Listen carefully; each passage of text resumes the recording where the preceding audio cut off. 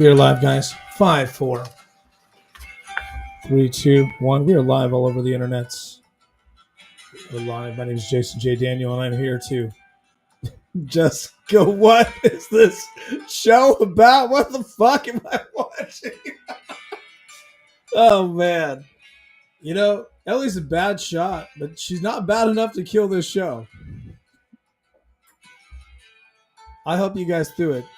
If you're wondering if this is a good finale or not, it's not. But let me help you. I'm proud of how bad they tried to make this.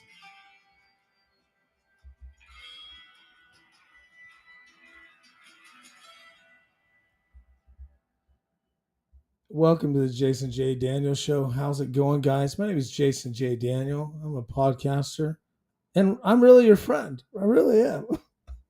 I'm trying to be your friend here, guys. Thanks for watching my show. I'm committed. I committed. Now I'm off the hook. It's over. Just like for Jesse, it's over. I committed to podcasting and doing a post game show after every episode of um, the last brain cells we have. The last of us who will ever be watching this show. Let me do a sound check, guys. Let me check my sound. The last brain cells we have. Sorry about that. I'm my own producer, so I have to check my my volume. Yeah, so the finale of Last of Us finally aired tonight. This is a late show. I'm doing a late one. It's the holidays. Holiday 3-day holiday for some of you, 4-day for some of us.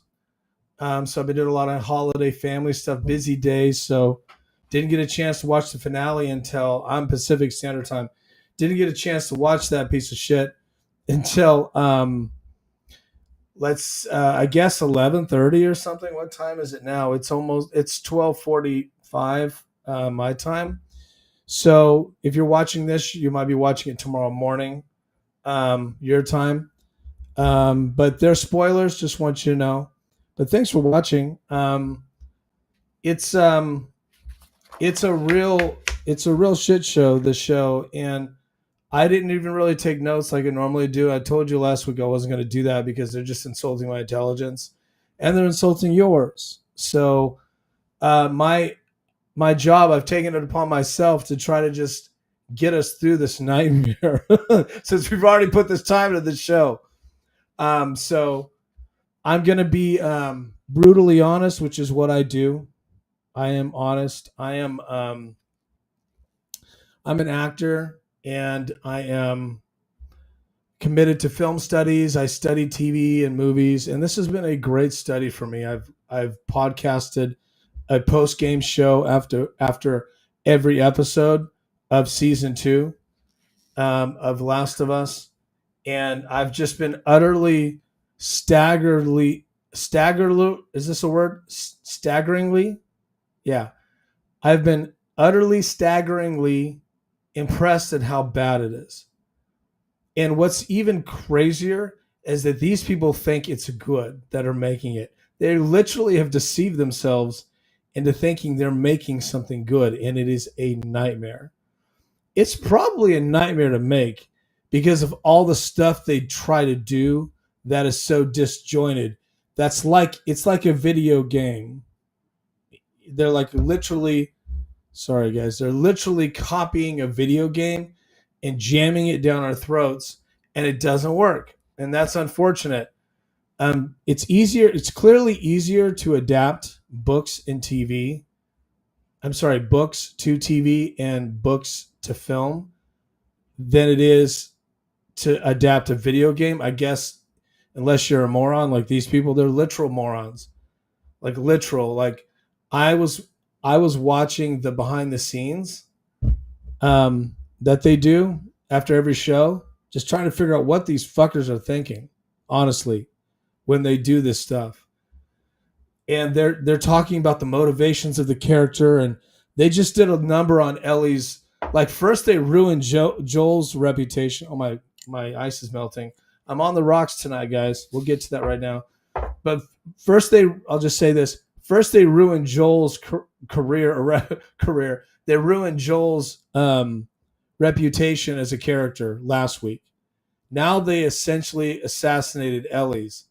Like well, maybe they did even assassinate her. Who knows? The ending was not, the ending was just, we'll get to it. But it had some really great moments, but the whole thing was just dumb. But not dumb like normally I think it's dumb because it doesn't make sense. Like that finale, the very end of the show made a lot of sense. They just botched it. They just don't know what they're doing. They don't. And then they threw a little vignette at the end of it, totally taking away the power of the moment. They cut to black, and I'm like, they cut to black too long, and I didn't see a credit, and I'm like, don't do this. Don't put something up and I'm like, no, you did it. And they could have got away with 3 stars for me, but they ruined it. Well, it was a 2-star anyway. It's just a bad show. My average for this show has been, I think, maybe 3 stars. It's just, they didn't have a 5-star show. And last season, they probably had 3 that were 5-star. But it's because Pedro was in it. So, spoiler alert. I'm going to give you a second to turn it off if you haven't watched it. Okay. I warned you. Jesse was murdered in an idiotic way. They murdered him. They murdered my boy Jesse. Very disappointed in these fucking idiots for doing that. So, here's my jiggler. We're gonna pour one out for Jesse. Got our ice. Will we finish this? I don't think we're gonna finish this. I was trying to finish this, but I don't think we will. Let me see here. Let's go half shot. I'm not really needing a full. Okay, well, we got more than a full shot in there. It's a little watered down with the ice. I took some time. This is awesome, by the way. This is really gorgeous. It's Nike. I can't even pronounce it. Hibiscus strawberry. Oh my god, it's a little pricier. Look at how fuzzy that gets. It's a little pricier than normally what I buy. It was like $8 for 8. Normally I do like a $4 pack on these fuckers, but so tasty. Sugar free too. Okay. Back to the adapting a game. Let me reframe that. People have adapted games for years. One of my most favorite game adaptations was Doom, right? The old school video game, the shooter game. The Rock was in that. Carl Urban, other fine actors. That was, they took the concept and created an original story, but took all these cool concepts and did like Easter eggs. That's the way you need to do it with these fucking video games. I'm so over it. I can't think of a movie or a TV that was adapted to a video game to the T like these guys are doing and it work out and it be successful. It's just not successful. Gonna do another sound check because last time my sound kind of messed up. Like these guys are doing and it worked out. Cool, awesome. Thanks guys for watching and hanging in there for me. I'm feeling much better.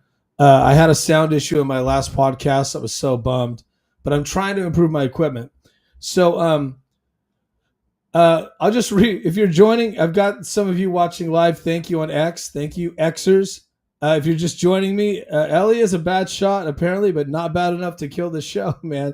I wish that shot had not only nicked that poor devil who went down, and then his girl, or I guess his girl, and then went into the wall. I wish it would have gone all the way like the magic bullet and just hit every single aspect of the show and just hit every camera and shut it down. I'm just trying to be facetious. Clearly, I really don't know how to not be so down. I'm trying not to be super negative. I get a lot of comments on my on my shows and all my shows and on my TikTok and stuff, my podcast. I get like 1,000 comments every week. It's crazy. I have I have over 20,000 followers, and you would think on all my social, you would think that that's not a lot compared to others, but I get a lot of smoke from people. They just don't seem to agree with me all the time. And a lot of the TikTokers do not agree with me on this show. Now, I have this thing that they, I guess Alice in Wonderland or something. I don't know the point of it. Like they put two moments in where they wanted to clearly make you go, um, this is a really screwed up morality tale, and there's a monster at the end of the show, and you're gonna try to figure out which monster's which. Because there's a moment where Ellie picks up a book, and it's a Sesame Street book. They're in a bookstore, and it's a foreshadowing, which these idiots love this shit. I hate they just they don't understand how foreshadowing. You don't foreshadow every episode three things. You don't do that. Foreshadowing is a one-time device that you use for a major moment in the entire series, like the season, not every fucking show. But anyway, she picks up this book and it says clearly there's a monster at the end of this book. It's a Sesame Street book, and it's got like Oscar the Grouch or whatever in it, and he's whatever. So apparently HBO owns the license um, to Sesame Street because they just pretty much used Sesame Street characters in that moment. And at the end of the show, spoiler alert, there's essentially a table. The tables get turned on our favorite, I guess, asshole Ellie. She's just such an asshole. Like, I hated Ellie, but now there's no reason to not hate her. And at the end of by the time you get to the end of this really disjointed episode, which is what they'd love to do, there's no flow to it at all. There's no urgency, no intensity. And I guess they're just copying a video game. And that is confusing to me. Because I don't understand why you wouldn't just make it a good TV show. Like, keep the freaking urgency in it. Like, they had, if they had the moments they put all together in this episode, if they'd just taken out the talking and the bad writing on the talking, and moments where characters sit there and just rest and let's have a conversation about our feelings. In this world, that doesn't work. I've gone through it over and over, watched the other episodes. If you've watched every episode, God bless you. I appreciate you. And then you get to this episode, I don't need to regurgitate some of the main problems that always come up with this show. And one of them is, I'll just mention it briefly, is they like to slow everything down and put two people in a situation and have them talk about their feelings without any sense of urgency in the world around them. And they're always in a very dangerous environment, but they don't really act like they are. And that's just dumb to me. But I get it. In a video game, you can slow things down and there's no, it's a controlled world, right? So anyway, at the end of back to the monster. So again, there's so many confusing, disjointed themes in this. Everything's got a moral if only you can find it. So at the very end of the show, Ellie goes into like not being Ellie.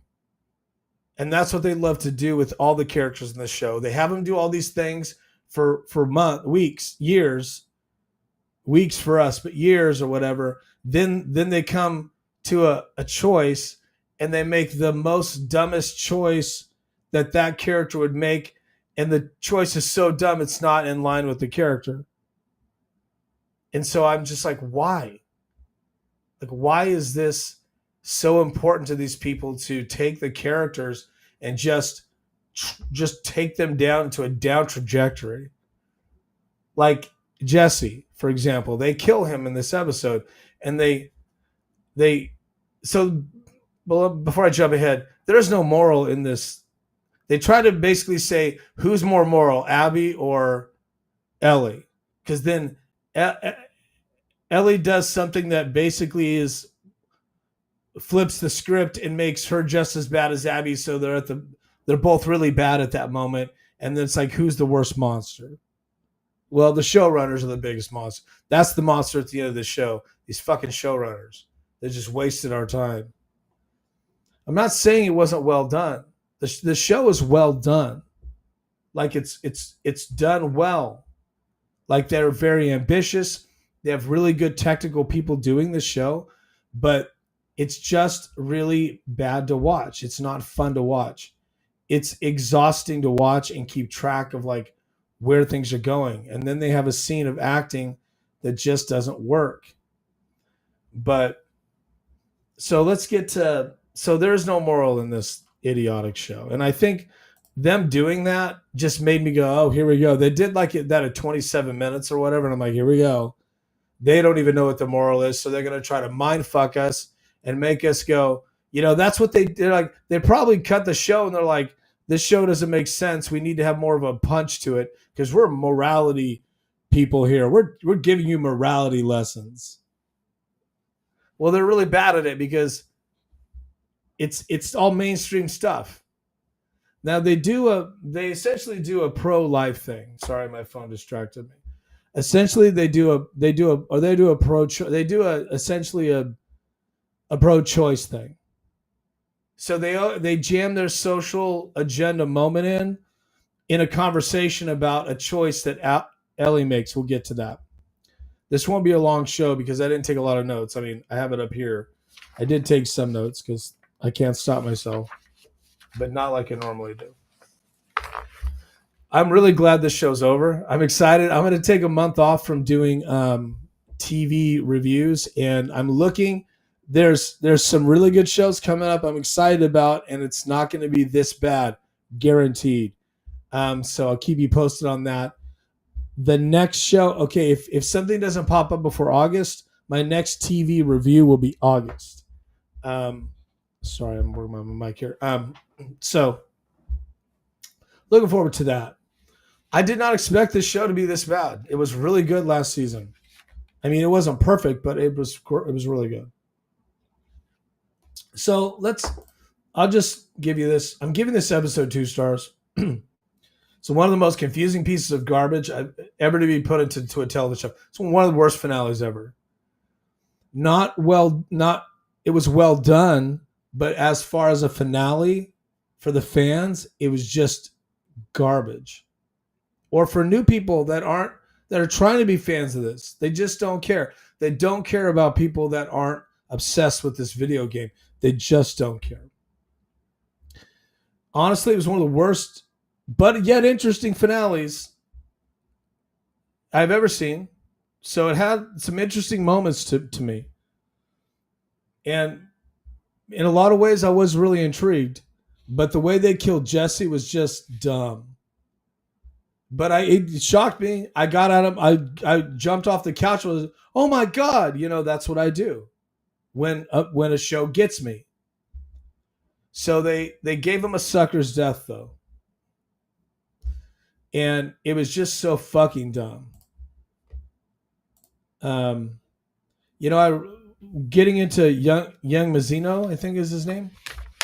I literally thought Jesse, that character, would be somebody they could build a spinoff around. The guy is super talented as a person. You know, I thought I fixed that typo. Sorry, guys. They just took him out like that. And they gave him the death of a sucker. And that's the problem with this show. These guys just don't know what they're doing. They just don't. Like for example, let's just talk about Jesse. He's a really interesting character, a heroic. This character has a very short group of masculine, strong characters. And I appreciate that this show wants to take the sacred feminine and worship it. I don't have a problem with that. I love women. I love feminine stuff. I have no problem with that. But they have taken 2 of the most masculine, heroic characters, and that's what drives any action show. I'm sorry. You need if it's a female who's masculine, Like, for example, Kill Bill, Uma, one of the greatest actresses out ever, right? One of the greatest movies ever made. Kill Bill, 2 movies. She is super hot, gorgeous, very feminine, very sexy, but a strong masculine type action hero. She has the masculine and the feminine. So every really good action show needs the masculine and the feminine, either in a combined group of people like Walking Dead, The Strain. I'm just talking action here. I'm thinking of action shows that are really good. Sopranos is technically, it's a drama, but it's an action show too. So, or you either have 2 really strong masculine, feminine characters, or you have one character that embodies both. You can't eliminate all the masculinity in action. I'm sorry. That's just the way it is technically in the world. That is the thing. Now, they're trying to make Ellie the masculine and take all the feminine out of her, which is fine. But you have to have a balance in your hero, okay? Or heroes, okay? Think of the Justice League. You got strong masculine, strong feminine. You've got Wonder Woman who is masculine and feminine, and you have like Aquaman who's feminine and masculine as well. Like, you have to embody those 2 spirits. It's from storytelling of ancient Greek. It's like ancient storytelling, gods and goddesses, right? Okay, so, and I appreciate we're in this world now where we want to just eliminate all the masculinity, but that's just idiotic as far as writing is concerned, and shows it's just dumb. It's not interesting. And I'm not saying the feminine isn't interesting. I love the feminine, but it has to be an interesting balance, okay? Hopefully I made that clear without you getting all wrapped up thinking that I'm not open-minded. I'm very open-minded. I'm just saying, when it comes to writing a fucking good show or a movie, there are things you have to adhere to, okay? I just realized I have a napkin here. Sorry, guys. I have such an attitude about this show because they're just rude to us. They're rude to us. And when you watch the behind the scenes, they're all just haughty. In this, we made this choice. Oh, and then in life, this is what one of these asshole, Neil, the main asshole, he said, he's like with Jesse. He's like, he's the most moral character of this show. And sometimes in life, the most moral character is the one that gets knocked flat first. They're the one that dies first. Really? Okay. Well, that's the world you live in. I get it, because you guys are a bunch of immoral idiots, I suppose. But no, that's not true. The most moral person in a story doesn't always go. That's just dumb. So they give him a sucker's death. And I literally thought that this was going to be the new guy, right? And then they shot Tommy. I'm not quite sure how they shot him, or if they did. It was weird how that went. So I'm just like, is this show in season 3 going to have anybody that's not just a total wishy-washy douchebag when it comes to having some sort of a masculine role? We need that. We're all attracted to both sides of that. I don't even know why I went down that road, but it's just clear to me that anybody that has a masculine, like, they created him to be masculine and strong on purpose, and then they kill him like they did with freaking Joel. And then Tommy got injured. I'm not sure how bad. He was talking. He looked like he wasn't in good shape. Who knows? Now, clearly Abby has hit, Abby had in that moment, Abby could have killed him. Who knows? I mean, who knows this show? Like, who knows? Like, the cliffhanger was so like non-cliffhangery. It was like, okay, so now we're going to sit there forever and wait for season 3 to see if Ellie died, which most likely she didn't, right? Come on. I mean, unless they surprise us and you guys know something I don't with the video game, and she comes back, we come back and she does die, which would be very interesting. That's why I'm interested. I'm interested to see if they're going to do that. I just thought this show was all about Ellie. I don't know now. Now I just don't know. I don't think they know. So, so there's no moral to the story. This is not a morality tale. Abby showed up at the end, and I appreciated it. Actually, she was the breath of fresh air. That scene was the most. She had the most intensity of anybody in this fucking episode. There was one scene. There was one scene where I loved young Mazzino had that intensity. His character was really angry at Ellie, and he showed it like it was a thing, and he was angry, and I loved it. Right? He was confused. It was the whole love triangle thing, and then they get to a situation where they're sitting in the bookstore, and he sits there and just starts crying to her like a baby. Oh, we're competing over Dina. Jesus. I'd been like, really? She's got my baby. That's like, there's no competition. Okay. He did try to tell Ellie, you're just like puppy love. That's an older term from some of you youngsters. That's you're just it's the one time feel. It's 2 weeks. You're just in love for 2 weeks. It's that superficial love. But I love her deeper than you. But he didn't even quite say it that way. He didn't even get it out. And then they had a walkie-talkie start talking, which is a total device that you use in most shows. Phone rings right when it gets important. Phone rings, walkie-talkie goes off. Somebody barges in. Usually it's a phone, though. So for them, they don't have phones to the walkie-talkies. Which, by the way, with everything going on in this city, Seattle looks like it's got, everything you need.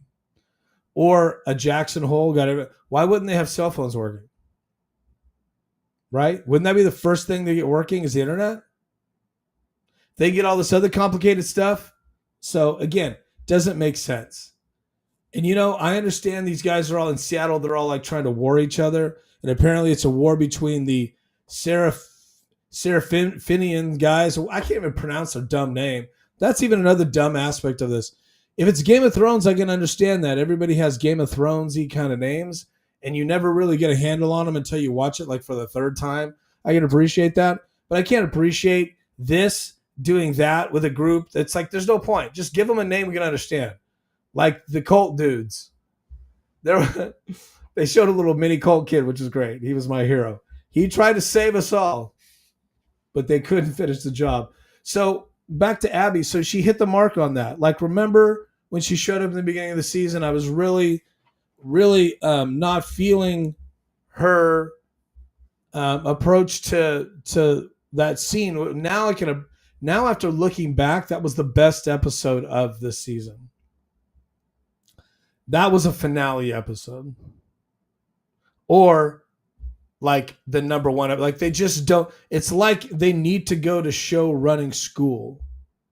And somebody needs to say, dude, you put your best episode in the middle, you put your best episode at the end, or you put it in the beginning. Do that. That works. Don't try to be so different because you're losing people. And they will lose people. I'm surprised if this show gets renewed, like shows get renewed and canceled all the time. So just because they got renewed so early doesn't mean anything. It just means they have to budget that money out in that next year. That's why HBO did that. They're like, well, if the show really hits bigger than it has, we need to budget that money. That's what that's about. It's not like this show's so popular, we have to renew them for a third season. Plus they need to get everybody on a contract, right? So they probably only had them under contract for one season, not knowing where it was going to go. That's how it usually works. And then Pedro obviously had a 2-season contract because they went into 2. They all have options, 2 years probably. Anyway, back to Abby.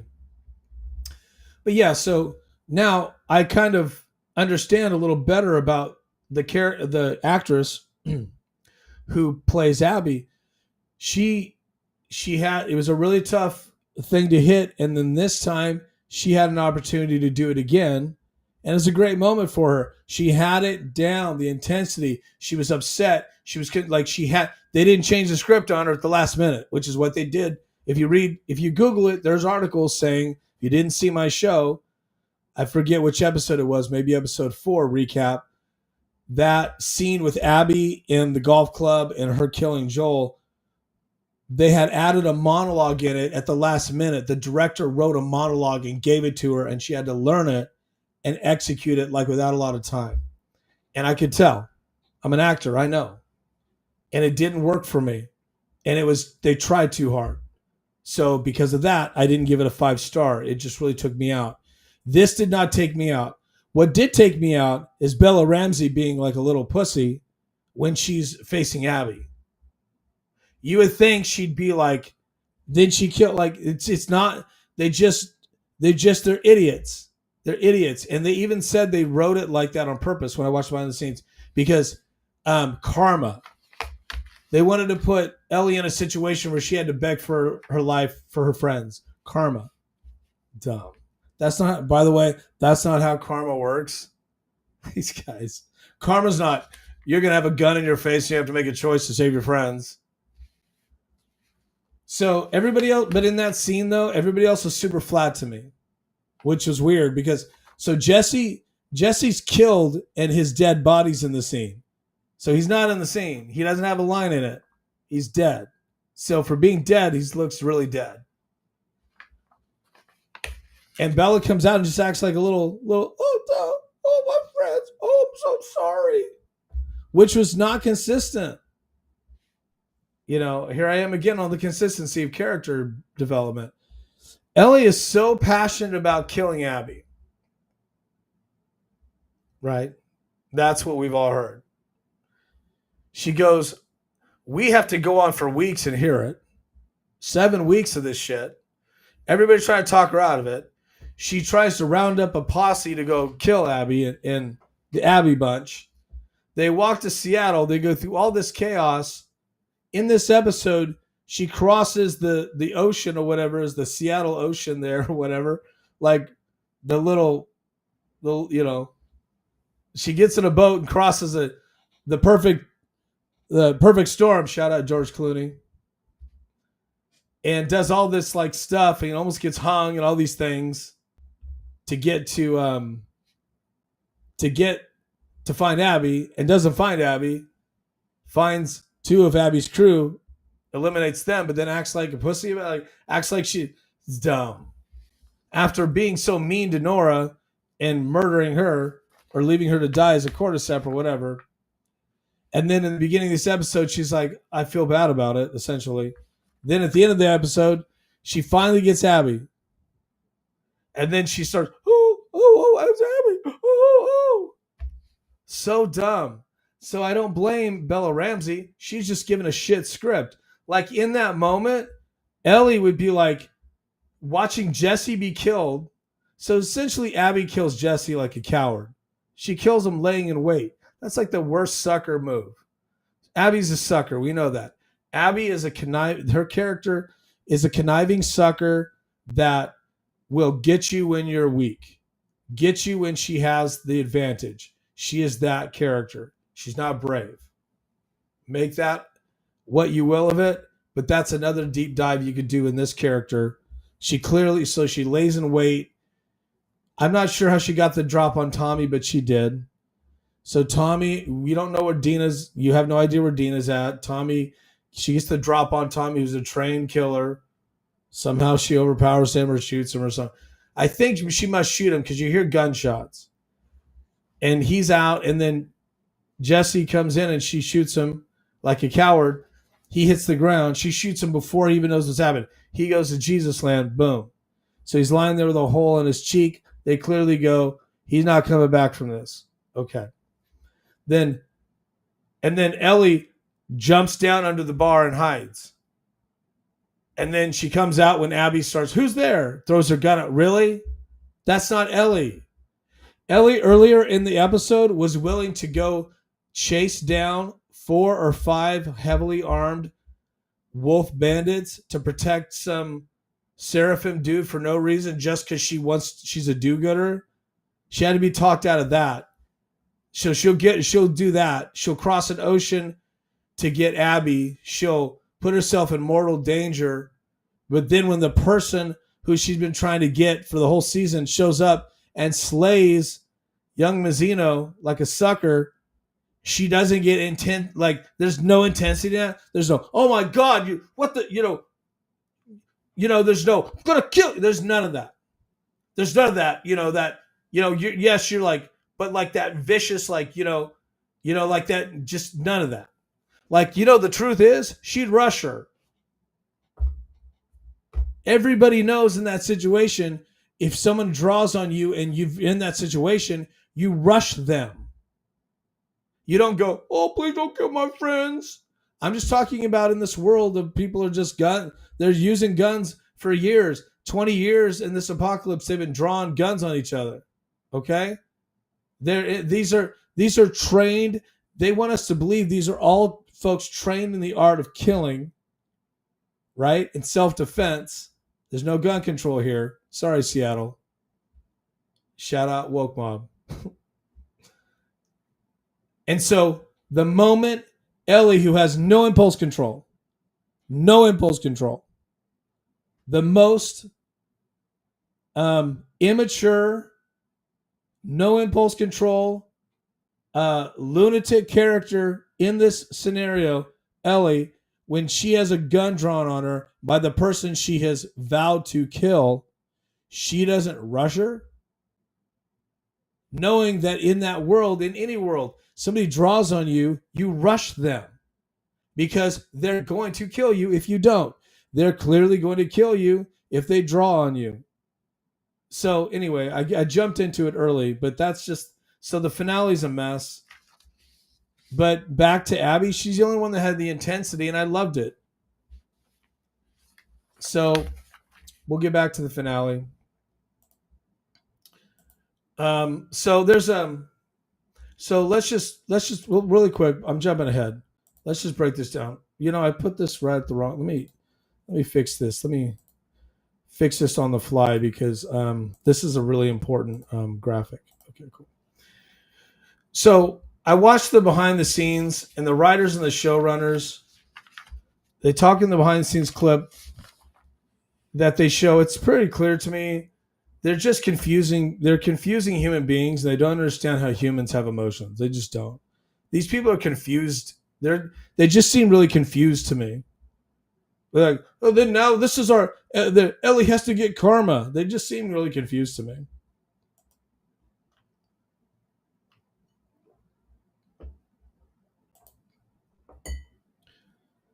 So, really quick, they get to Ellie.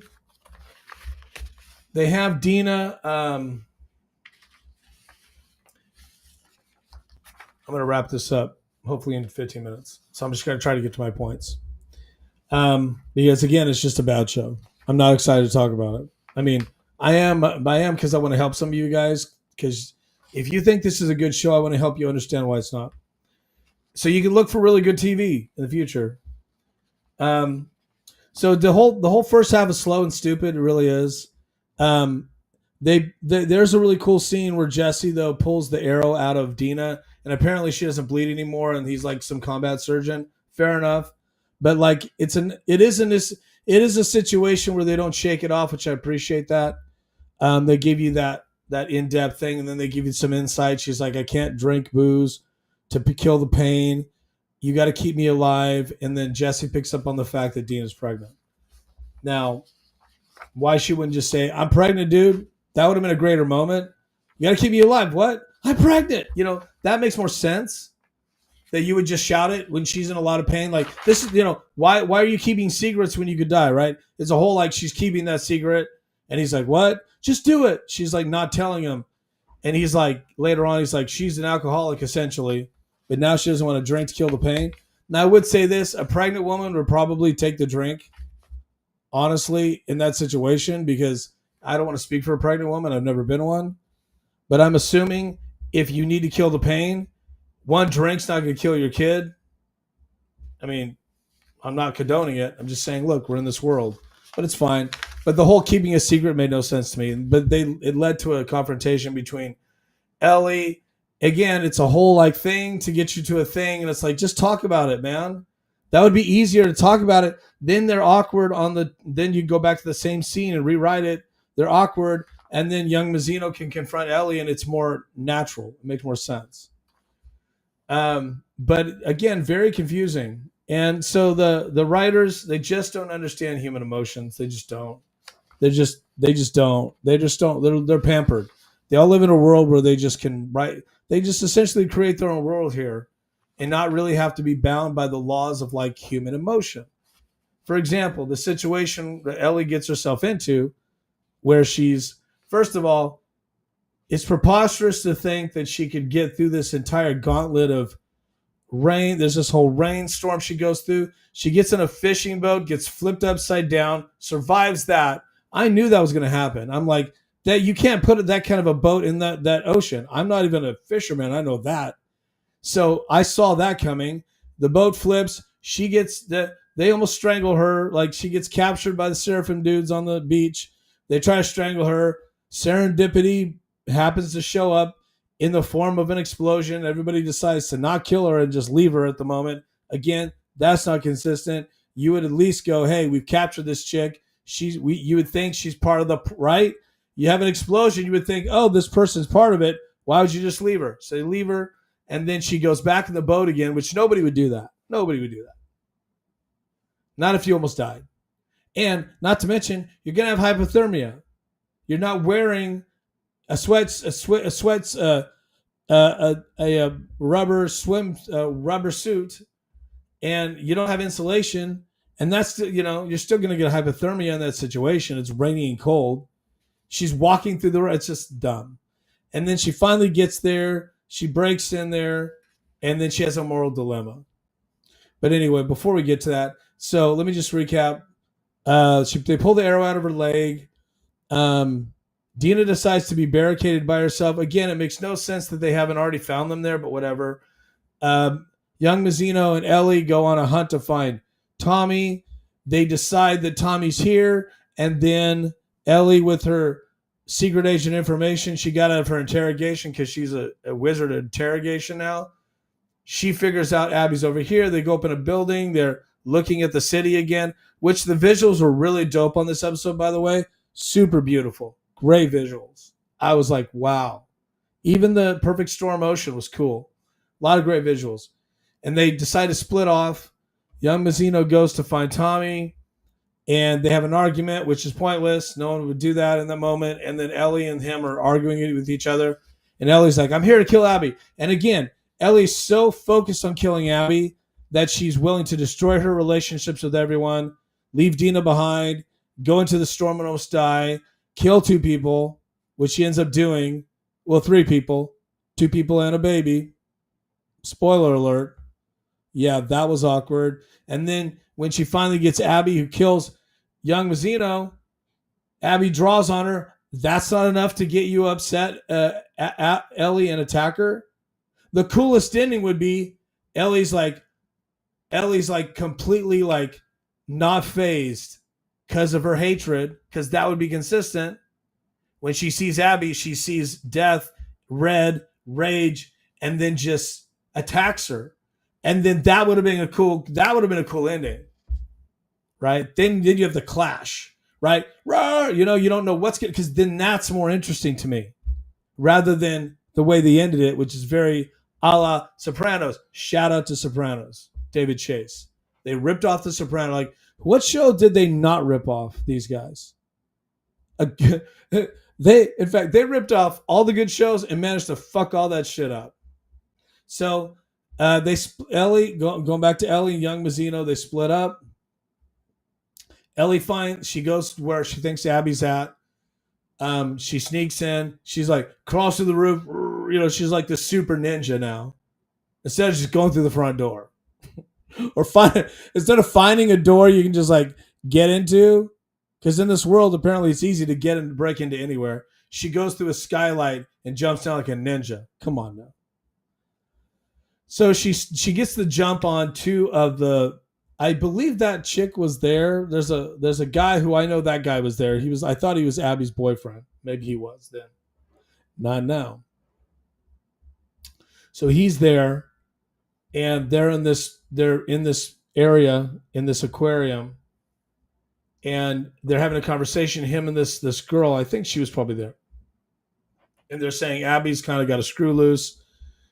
They're just kind of talking shit about Abby's orders, and they're not feeling good about it. Ellie gets the drop on him, and she's very intense. Again, consistent. She loses that later on when she needed it. She draws on them. She has an old school pistol, a revolver. They start fucking around with her and not doing what she says. And the Abby boyfriend guy, like an idiot, goes for a gun. Predictable stuff. And then Ellie acts shaky and panicky. Ellie has no problem killing things. She's a killer. She's a killer. She can shoot at you. She has no problem shooting. So at this moment, for some reason, she gets cold feet and fires off a shot out of reflex because he tries to shoot her and misses. She hits him and shoots him through the throat. And because that's a soft part of your body, it goes through him and then hits the lady he's with in the neck. And they do a slow reveal on that. She starts bleeding. She falls down. You see she's pregnant.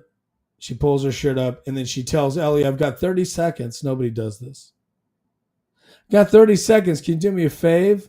She's like, I got a baby in here. Can you just grab that Bowie knife and pop this cat out? You got 30 seconds. Now, Ellie chooses to let the baby die. She goes pro-choice on the bitch. And then you don't catch it then, but then later on, they have a moment where Tommy's like, hey, you had to do what you had to do, baby. Let it roll. Basically, it was like an abortion thing. It was like a pro-choice thing. It was a social justice moment. Not justice, but I'm sorry, social agenda moment. Because Ellie's tortured by this moment. And then when Tommy lets her off the hook and says, hey, these are the people you're trying to kill. Look, they're all bad. Don't rub it off. It's their fault. She like, oh, you're right. Shakes it off. And then you see young Mazzino like completely like, he even has a moment where he looks down because they find Ellie because she's there for like an hour or something. After she could choose to cut the baby out, but Ellie, the killer she is, who has been hacking up things for years and even hacked up that, remember the Cannibal Preacher guy? Shout out Cannibal Preacher. She hacks him up like nonstop. She can use a knife, but for some reason, she doesn't want to save this baby. So later on, and you're like, what? And to me, I'm like, well, first of all, when you have a gun on somebody, the first thing they say is, I have a baby. Okay? They're not going to keep it secret until you shoot them. And you shoot her in the neck. Hey, guys, thanks for watching live. I'm doing my recap on this brutal finale. Not brutal in a good way. You just don't go, oh, I got shot in the neck. I got 30 seconds, baby. Can you help me out? Can you pop this dude out of me with your Bowie knife? Nobody does that. When cut to it back to Dina in the beginning when they're trying to pull the arrow out, and Dina tells Jesse, hey, man, I can't die. The first thing on her mind was a baby. Why would the last thing on this lady's mind be the baby when she's got a gun on her? That doesn't make sense. The first thing you say is, look, I'm pregnant, man. So that's dumb. But anyway, we live in a dumb world when we're watching this show. You have to have low IQ. You really do. So Ellie decides not to kill the baby. I'm sorry, decides she does a pro-choice movement. Pro-choice, guys. She chooses to kill the baby. She doesn't. She essentially allows it. It's like an abortion like allegory. And then, but you don't catch it until later on when Tommy has a little moment and says, let it go. It's not a big deal. Let it go. They brought it on themselves. And she's like, oh, okay, that makes it better. Thanks. She's like, that's all I needed to hear. Thanks for the pep talk. Babies can be croaked in this world because of your Your lust for revenge. The guy who didn't want to get revenge for Joel says it's okay that you kill babies for it, but whatever.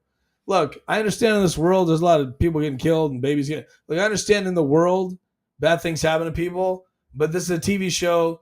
That is not something that we can just say that we don't have some kind of rules.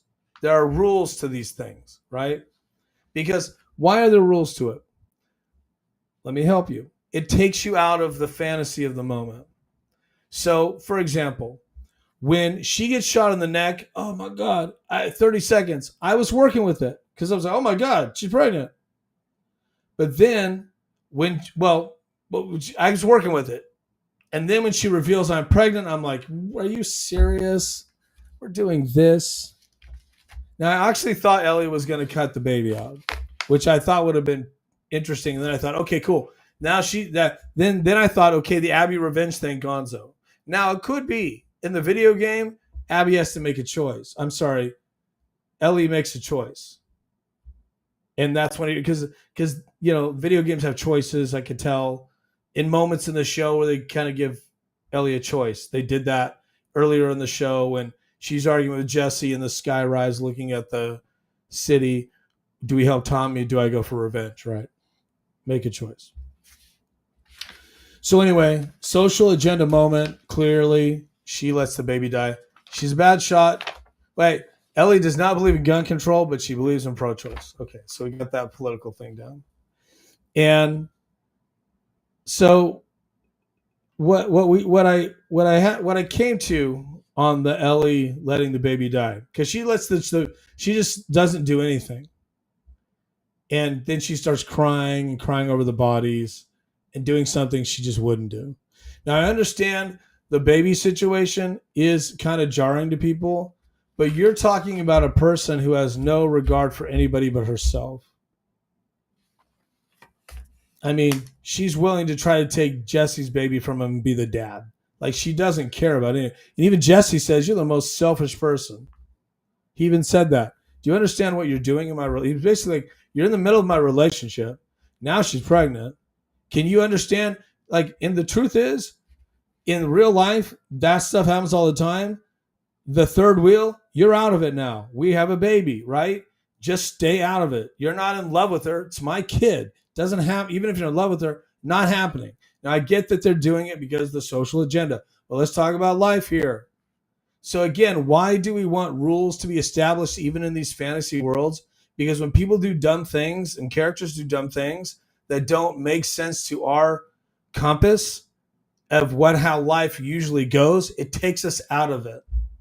That's called bad television. But I really just don't understand. Here's why I don't understand in that. I don't understand the point of just letting the baby die. Now, I understood it was for a social agenda moment, but I don't. But if that's what you're just trying to do, well, you're just idiots. It's a failure for the TV show. But if that's what you're trying to do on purpose, you are idiots. But if you're really doing it because you think it's moving the character along, I don't understand that for that character, because that character would have saved the baby. It would have tried. Now, I can understand her trying and the baby dies anyway. That would have been more interesting to me. So let's say, and this is what a writer's room is for, but see, they don't have a writer's room. They have two dudes and a couple of lackeys who write whatever they want and copy the stupid video game. So you don't have people to push back and go, that's not good writing. That's called bad. But let's do this. It's interesting. You can take the video game as source material, make it interesting. Here's what would have been interesting. Ellie makes the choice, puts the knife in. I'm saving this baby. She saves the baby. She can't get it to function, right? Or something. And the baby dies in her arms. That is a game changer for a character. So you can have a character do something completely opposite of what they were doing earlier, but you have to have a moment of crisis for that character. You have to have an arc that makes sense. Work with me here. I understand the writers in this situation were thinking Ellie kills the pregnant one on accident, baby dies. That's her crisis moment. No, because that is within the revenge of what she was doing. So either she owns it, looks down at the lady dying and says, "Your baby can go too, bitch," and stays in the vicious, like, because she killed Nora and she said earlier in the show to Dina, "Well, I didn't feel anything. I think I'm a psycho now, essentially. Like, what's wrong with me?" But now she's not a psycho. I mean, come on. So that would have been more interesting. That would have been a choice that's interesting. That would have made people mad, but they would have understood it. Not, I didn't understand her accidentally shooting her and then going, "Oh, I don't know what to do," and then not doing anything. So if she cared about the baby in the womb, she would have tried. Makes sense? But instead, she doesn't do anything, lets it die, and then they're wanting us to go, she really cared about it. That's not consistent with the character. I would have rather her own like, don't do. So that was more of a vehicle for me and you to try to cry.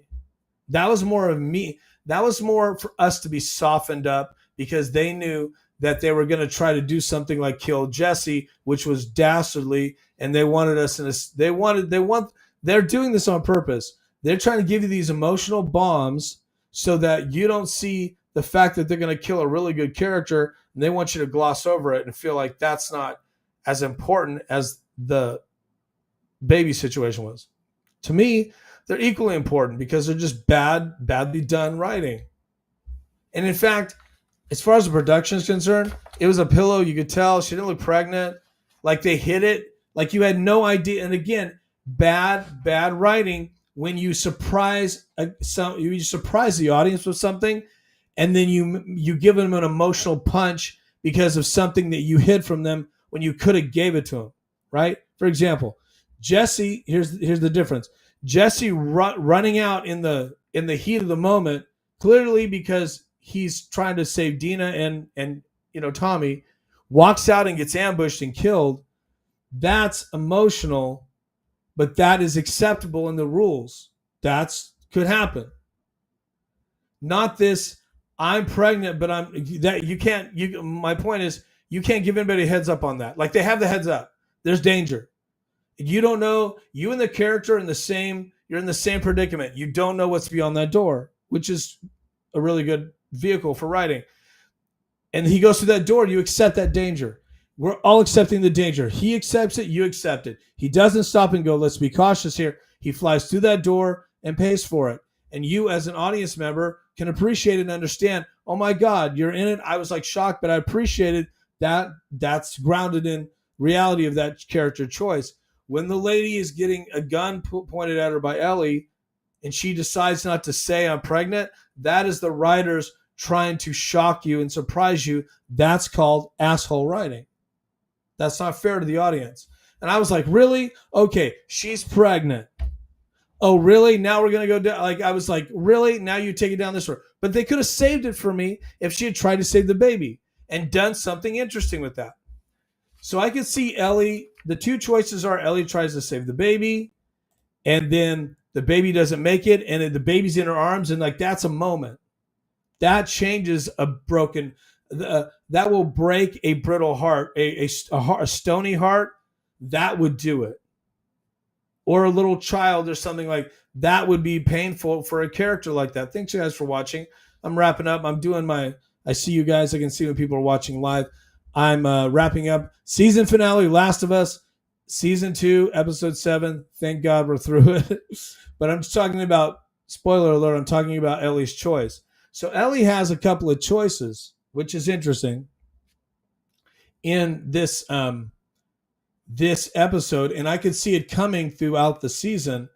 And I thought her choice would be Dina lives or dies. I thought Abby would get the drop on him and then make a choice a la Negan, and and somebody dies like Jesse, Dina. That would have been a more gangster way to take Jesse out than to do what they did to him. They gave him a sucker death that you give to characters that don't matter. Like that's upsetting. But so anyway, so we'll move past the baby thing that makes no sense. But Ellie's rattled by it. This chick who's on a mission to murder people, rattled by that. That's not reality. But anyway, so they take her back and she walks in, like a sad little puppy, not consistent. They take her back and they do lull us to sleep here because I'm like, okay, that's the finale. I did not see it coming what they did. So hats off to them. That was a really good scene before the scene. But you can tell, so Jesse, before they leave that aquarium area, you can see Jesse like, are you serious? She killed a pregnant woman and just let her die? Jesus Christ. You could tell he was like thinking what we were thinking. Then he's giving her some weird looks. They get back to the theater, and you can tell he has an attitude about it. And then he lets her off the hook and says, well, we're buddies. So his last moment is with Psycho Ellie, who's art. So Tommy and Jesse are making their plans to leave. They're about to get out of town. And Tommy's like, look, you killed 3 people of that crew. We're going to take it. We're going to leave. We're going to cut our losses. That's a good enough touch. That's enough touchdowns for us on your murder Super Bowl here. So let's just call it a night. You've killed a lot of people and a baby. Hats off. You can chill on the murdering. That's basically what he said. He's like, it's cool. It's cool. Like you get the bronze medal of murder. Sorry you didn't get the gold, but good luck next time, psycho killer. So Ellie's like, okay, great. She like springs. Thanks for letting me off the hook. She's really a sociopath. Like that, and that's why for her to feel bad about the murdering the baby, the pregnant chick. I'm not sure if it was the pregnancy or the lady that was pregnant, like what the thing was. But she gets let off the hook, and that's all she needs. She just needs Tommy to say it's okay. She doesn't care if Jesse thinks she's morally reprehensible. She doesn't care if the audience thinks she is a lost cause. And, oh, by the way, after what scene was it? There was a moment I'm like, after Ellie was going to try to rescue the Seraphim guy, which made no sense to the plot, and basically expose them when they're almost to where they need to go. And then Jesse has to talk her down. And then she even ignores him and rushes into it. He has to talk her down again. I'm like, I'm done. I'm rooting against Ellie. I actually was rooting against her, was hoping bad things would happen to her. And so when she got to the situation where she was in the boat, I'm like, whatever. And then when I forgot the little kid. So during the boat thing, which was so great, I can't believe I almost forgot this. During the boat thing, she gets knocked out of the boat. She crawls on the ocean, looks up out of the ocean, looks up. She's waterlogged. There's a little kid there dressed in a little psycho raincoat. She's like, oh my God. And he runs off. And I'm like, oh, is she going to have to kill the kid? Like, is that what she's going to try to do? I was like, oh no. I hate when kids are brought into it, by the way. I'm just at an age, honestly, where I just can't do the kid stuff. Kids in peril. Actually, when I was in my teenage years, even up to young adult, I couldn't watch movies where or TV shows, children were in peril. It was just something for me. It's still hard for me. So but before she can do anything, she gets captured by the Seraphim guys. They put a noose on her neck, and they're about to hang her. And then they bring the little kid up, like a little prince. And the mom's there, and they're looking at the little kid, and they're like basically asking the little kid, should we hang this chick? And Ellie's like, oh, little kid, let me out the hook. And he's like, he does this weird like death move or something with his hand. It was really great. He's got to be like 7. He's like she's like, no. And then they start hanging her. It was pretty rare. I was laughing really hard. There was nothing scary about that scene to me because, first of all, she's going to survive. Come on. I understand in the video. That's why you copy the video game, you're just losing. Because I understand that in the video game, it's probably a moment where you got to like try. I don't know. It's a thing. It's a video game thing, right? You probably try to escape or whatever. And you could die in that moment, like in the video game ends. But in this TV show, she's going to survive. So I'm like, it's not even in jeopardy. It just was funny to me. So serendipity happens, and she survives that because I mentioned it earlier. There's an explosion. They drop her. Thanks for watching, guys, on YouTube. My name is Jason J. Daniel.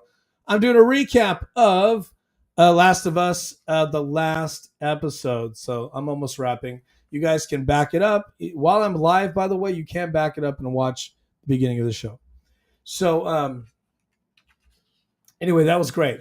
I'm really bummed because the little kid was going to do us a favor. If they had whacked Ellie, they would have put us all out of our misery.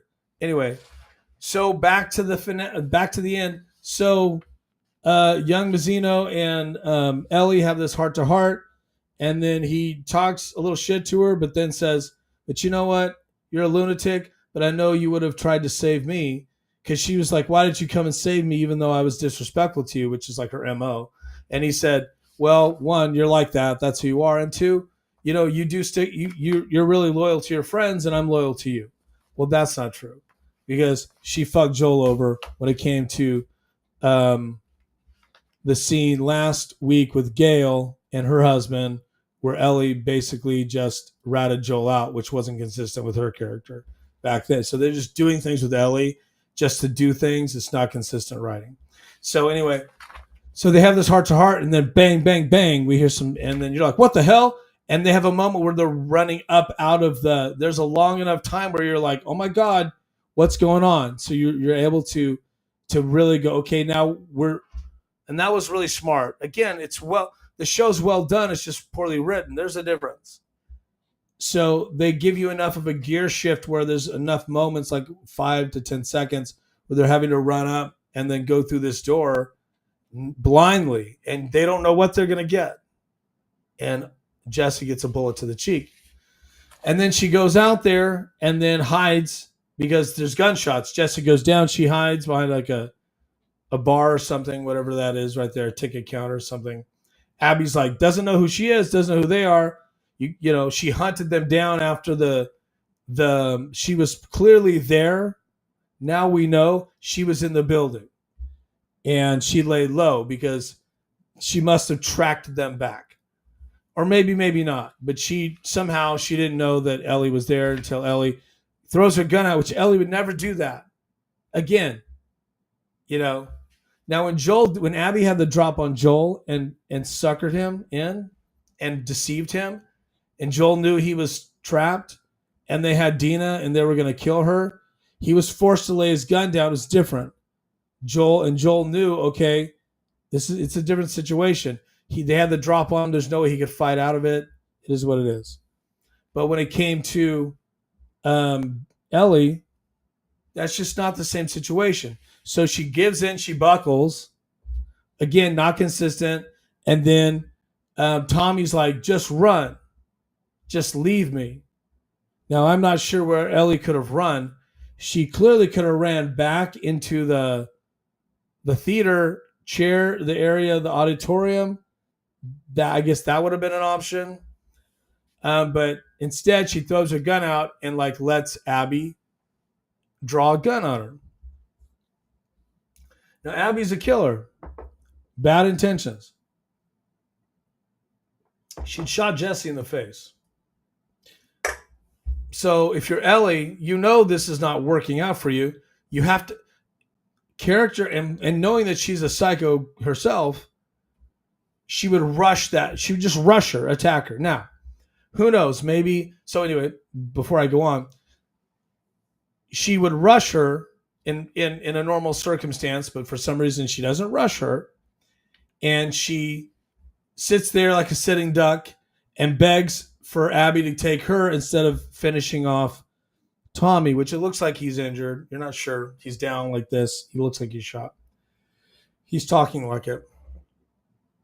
Instead, Abby kind of doesn't monologue, but says, "You kill my friends." She says, "I let you live, dude," which was a really good moment. It was well acted.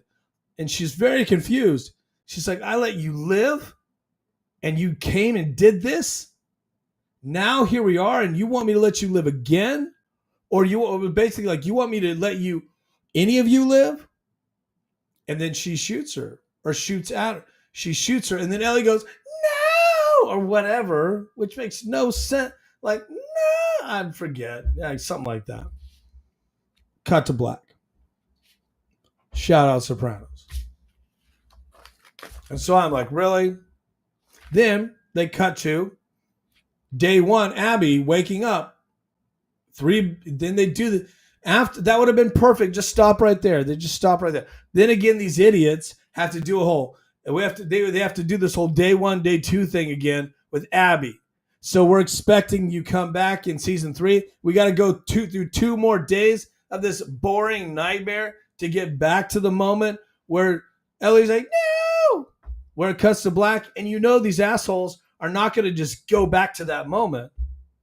They're going to give us a whole show of nothing and then barely talk about it. So we won't know if Ellie's dead or not. Now, I hope they kill her because then we don't have to do this anymore. Probably not going to happen. Who knows? Or it could be they come back and instead of, I should have brought my water. Sorry, guys. I'm almost done. Instead of Abby shooting her, Ellie somehow makes a move before the shot goes off and does attack her. Cool. But that's, again, fooling the audience. What they showed the audience was Ellie's getting shot. That's what they showed us. If we come back and it's different, they lied to us. But I'm not surprised with these assholes because they've been lying to us the entire season. So let me make sure I didn't miss anything. I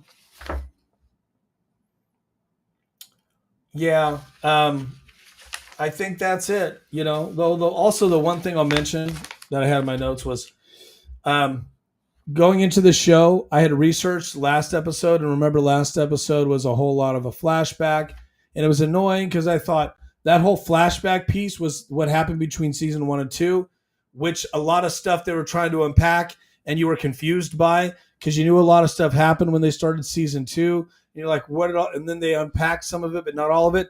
Then they give you episode 6, which is a whole hour pretty much of a flashback of all this stuff happened. They brought Pedro back. If you're watching this show, you watch that. And I liked it, but I was really frustrated that they did that. And I'm like, it would have made more sense for this to be a season 1. I'm sorry, episode 1 of season 2. It would have made more sense as coming back. It would have been a cool episode. And then you kill him in number 2, because it was like a lot of time jumps in it. But then you kill him in episode 2, which is what they were planning, and that has more impact. So turns out, and I'm like, why would they do this to us at the end of the season? These idiots, how dumb is this? This is dumb. It's bad writing, bad show running, terrible. It's a mortal sin to do this to the audience. So I researched it. Turns out a lot of you video game people are just as mad about it as I was. And apparently this does happen between game 1 and game 2 because our seasons are their games. So this happens, that moment is actually chronologically in between the games, which is the beginning of the second game. They give it, and the showrunner said, I moved it on purpose for some dumb reason. They put it at the end, which is so dumb. It was really bad. And if you want to know my reasons, I definitely broke it down in the last show. Go to that. Shout out Jason. So it looks like they just don't know what they're doing with their own material. Let me see here. See if I missed anything. Oh, yeah. The Crazy Cool Kid scene was pretty awesome. That was pretty awesome. I really enjoyed him. And a shout out to him. His murderous intentions warmed my heart because I needed somebody to, if he couldn't take Ellie out, no one can. And then, I guess I didn't bring this one up, but I mentioned it in the parking garage where Ellie acts completely stupid and does something nobody would do. I just began to actively root against her. I didn't feel bad at all. I did. After she did that and exposed them to danger, which after all of that at that point, you're trying to expose Jesse to danger because you're selfish. You want to save the world. It's dumb. It doesn't make sense.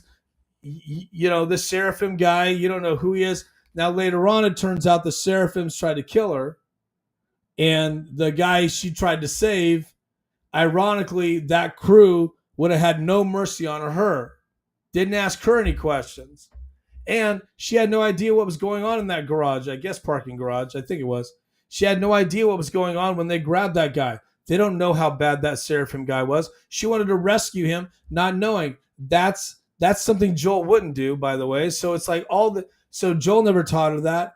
The circumstances didn't dictate that. She's just doing things. She's a hero doing dumb things, which they're having her do because they think it drives the character somewhere, and it doesn't. It just drives us crazy.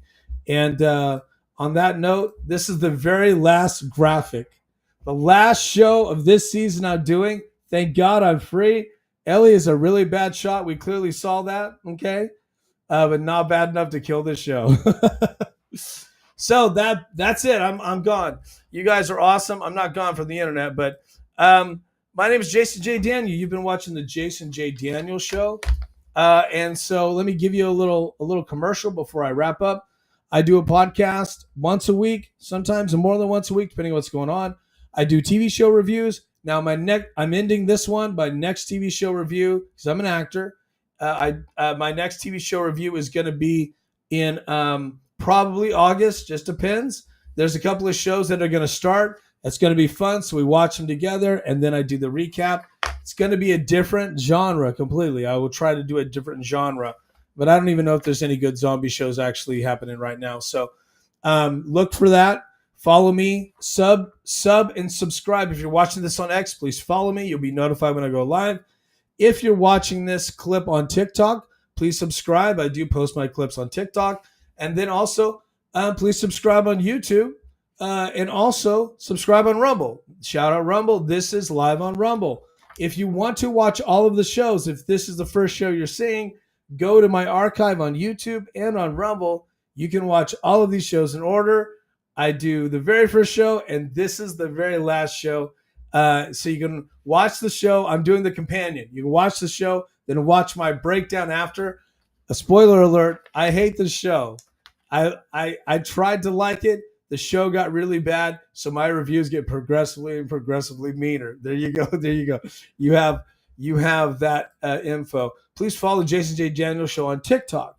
And then please also sub and follow me, like I just said. I really appreciate you guys for doing that. My subscriptions are growing and my followers are growing every day, and I'm trying to pump out a lot of content. Oh, also I do a lot of interviews with interesting people. I do actors, I do politicians, I do comedians, and also some other interesting people.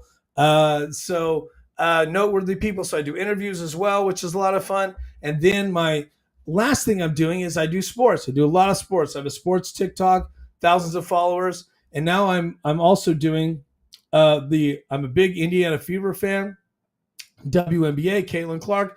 So I'm now doing a post-game show after every game. Very ambitious. So far, I've been able to pull it off. You can watch that archive and watch all of those shows on YouTube and Rumble. And of course, if you're into TV and movies, I do TV recaps. You can watch all of these episodes as well on Rumble and YouTube. And also, guys, follow me everywhere.